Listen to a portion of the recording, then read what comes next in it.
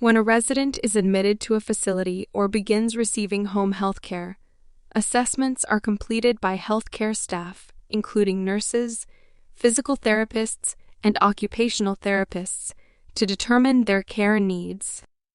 Examples of assessments include their ability to complete hygiene and grooming needs, as well as the amount and type of assistance required to safely reposition themselves in bed, move in and out of bed into a chair, and walk if they are able.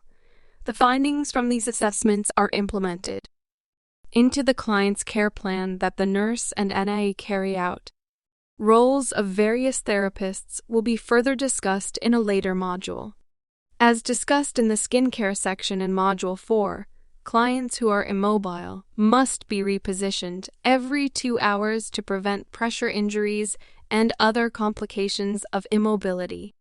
Further discussion of immobility-related injuries will be discussed in later modules.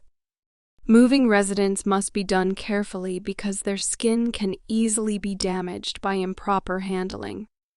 Due to the effects of aging on the integumentary system, older adults can develop pressure injuries from friction and shear when repositioned or from lying in one position for long periods of time in bed.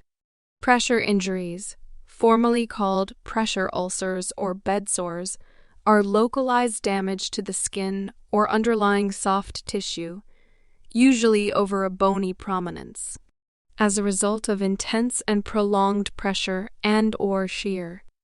Shear happens when skin moves one way, but the underlying bone and muscles stay fixed or move the opposite direction.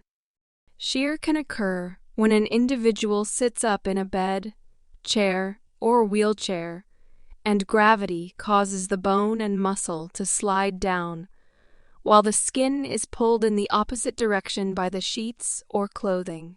Friction is caused when skin is rubbed by clothing, linens, or another body part and can cause chafing. Chafing typically occurs when the skin has inadequate moisture. See the illustration of shear and friction above. Be sure to look at the website, Friction versus Shearing in Wound Care. How do you tell the difference? Found in the next section.